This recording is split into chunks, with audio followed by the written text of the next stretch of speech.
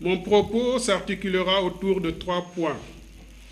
Une présentation historique du petit séminaire, son organisation, les projets et perspectives d'avenir pour mieux répondre à la mission dans l'Église et dans le monde.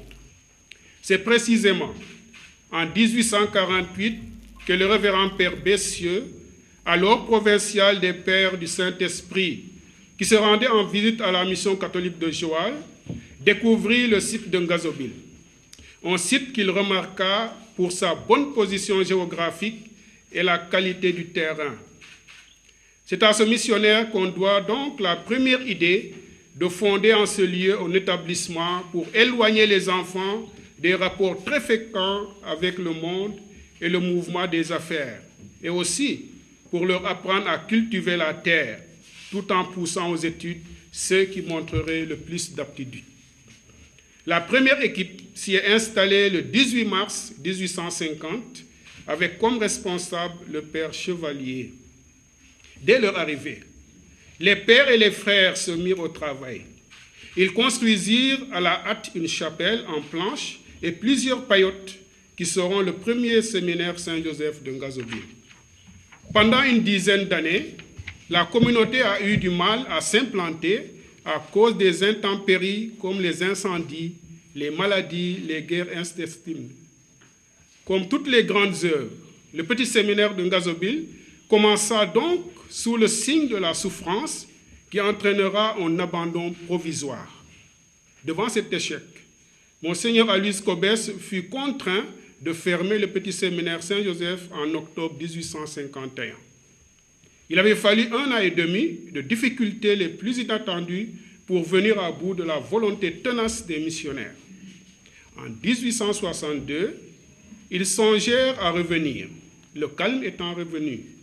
Et le 22 janvier 1863, Monseigneur Aloys Cobès embarquait pour Ngazobil. Le 23 janvier, il célébra la messe à Joal pour attirer les bénédictions du Sauveur sur Ngazobil. Il y arriva donc l'après-midi et y implanta une croix. Cette croix est érigée aujourd'hui en sanctuaire. Et le 31 juillet 1864 eut lieu l'ordination du premier prêtre sénégalais entièrement formé au Sénégal, Abbé Guillaume Jouga, originaire de Gorée. De 1863 à 1903, il y a eu des efforts sans d'énormes résultats. À partir de 1903 à 1940, s'ouvrit dans l'histoire du petit séminaire de Ngazobil une longue période d'instabilité et d'hésitation. Le recrutement des vocations sacerdotales devint extrêmement difficile. Le rapport que Monseigneur Keman envoya à la propagande de la foi à Rome en 1903 est significatif à ce sujet. La question du clergé indigène en ces pays est extrêmement délicate. Le recrutement est difficile. Ceux qui arrivent au terme sont rares. C'est à peu près 1 sur 20. Ces dernières années, 3 des plus instruits ont quitté pour entrer dans le commerce. Là est pour eux l'accueil. Quand ils sont capables d'occuper quelques positions lucratives dans le monde, la tentation devient forte et beaucoup y succombent. On décide finalement de fermer provisoirement Ngazobil. Le séminaire n'aura plus de maison fixe jusqu'à son retour au bercail. Les épidémies, le manque de personnel obligent les évêques du Sénégal à transférer le séminaire d'une maison à une autre. En 1910, il était à Thiès, puis revint en Ngazobil en 1914, année où feu poète Léopold Sédar Senghor y fit son entrée. Il y resta jusqu'en 1924. En 1924, le séminaire s'établit à Dakar, puis à Popenguine en 1930. Se replia à nouveau à Thiès en 1938 pour regagner le vieux bercail de Ngazobil en 1940. Mais malgré la coupure des longues années d'instabilité, Ngazobil est toujours resté dans l'esprit de nos chrétiens la mission des futurs prêtres. Organisation et vie du séminaire. La vie du séminaire comprend 3 aspects qui permettent d'assurer une formation intégrale aux enfants qui nous sont confiés. La vie spirituelle, la vie intellectuelle et la vie disciplinaire ou communautaire. En venant au séminaire, l'enfant veut marcher à la suite du Christ. C'est pourquoi une bonne vie spirituelle ne peut qu'affermir sa relation à son maître, le Christ. Et l'intimité à laquelle il l'appelle est encore plus profonde que celle qui existe entre deux amis. Le silence et le recueillement lui permettent de mieux se connaître et de mieux rencontrer Dieu.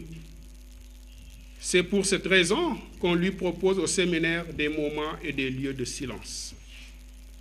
Par le travail intellectuel, l'homme pense à sa vie, en étudie les problèmes et trouve des solutions, calcule ses possibilités, fait des projets, cherche à connaître l'univers pour s'en servir et le rendre meilleur.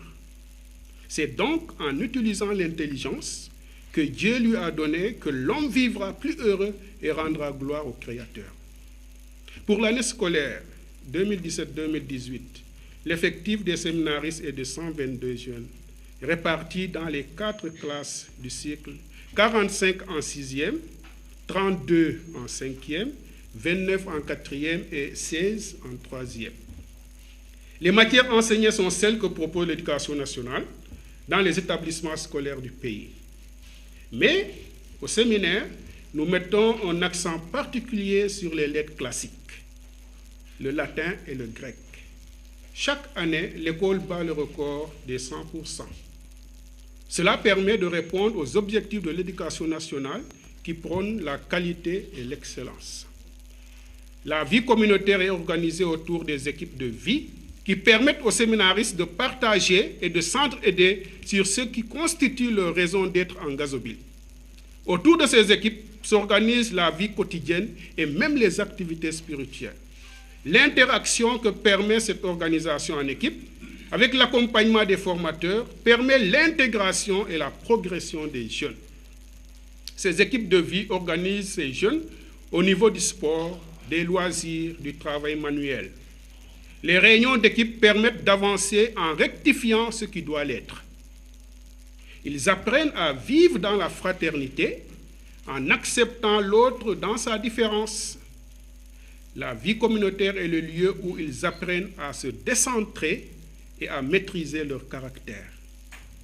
En matière de gestion du budget, l'économe est le responsable direct qui gère les fonds sous le contrôle du directeur et de l'économe diocésain qui reçoit et valide le budget prévisionnel mensuel.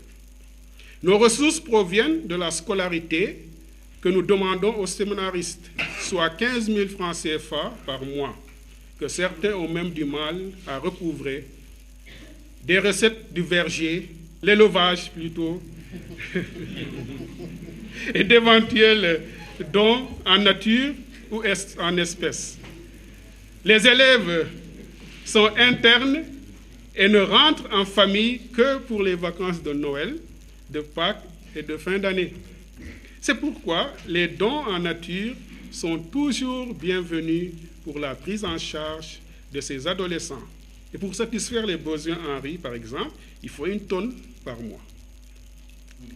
Projet et perspectives. Au point de vue intellectuel ou didactique, nous sommes confrontés à un manque de livres au programme. Comme dit plus haut, nous insistons beaucoup sur les matières classiques. Aujourd'hui, nous avons un manque d'ouvrages de latin et de grec. Par ailleurs, les tables bancs que nous utilisons sont vétustes et demandent à être renouvelées. Elles sont là depuis les années 60. Concernant l'informatique, nous avons acquis d'un bienfaiteur et des anciens de Gazobile un lot d'ordinateurs. Nous initions les séminaristes à cet outil indispensable aujourd'hui. Pour dispenser aisément les cours, nous aurions besoin d'une salle plus adaptée. Et il est urgent pour nous aujourd'hui de construire un nouveau château d'eau. L'actuel, qui a fait son temps, a été construit en 1961. Menace de s'écrouler d'un moment à l'autre. Un autre problème est que depuis la fin de l'hivernage, le taux de sel de l'eau du forage a fortement augmenté. Nous craignons même pour l'arrosage des arbres fruitiers. Depuis quelques années, la chambre froide dont dispose le séminaire est en panne. Aujourd'hui, nous utilisons 4 congélateurs pour la conservation des denrées. Il y a lieu de la changer ou de la réparer.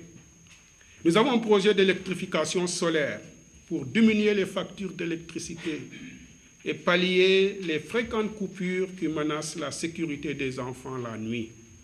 Nous enregistrons beaucoup de coupures d'électricité et c'est un poids pour les responsables que nous sommes de voir les enfants utiliser les bougies ou des lampes torches pour étudier quand le courant coupe la nuit. Monsieur le ministre, il ne me reste plus qu'à vous féliciter d'avoir eu l'excellente idée de faire un tour en Gazobile, terre au sol rocailleux, pierreux, où se forment des pierres vivantes pour la construction du Sénégal de l'avenir. Nous travaillons selon nos moyens et la mission qui nous est confiée au déploiement du PSE, Plan Sénégal émergent, mais nous devrons pouvoir compter sur vos prières et sur le soutien de votre ministère. Que Dieu vous soutienne dans l'exercice de votre lourde responsabilité. Qu'il bénisse le Sénégal, l'école sénégalaise et nous tous. Bon retour à Dakar et je vous remercie.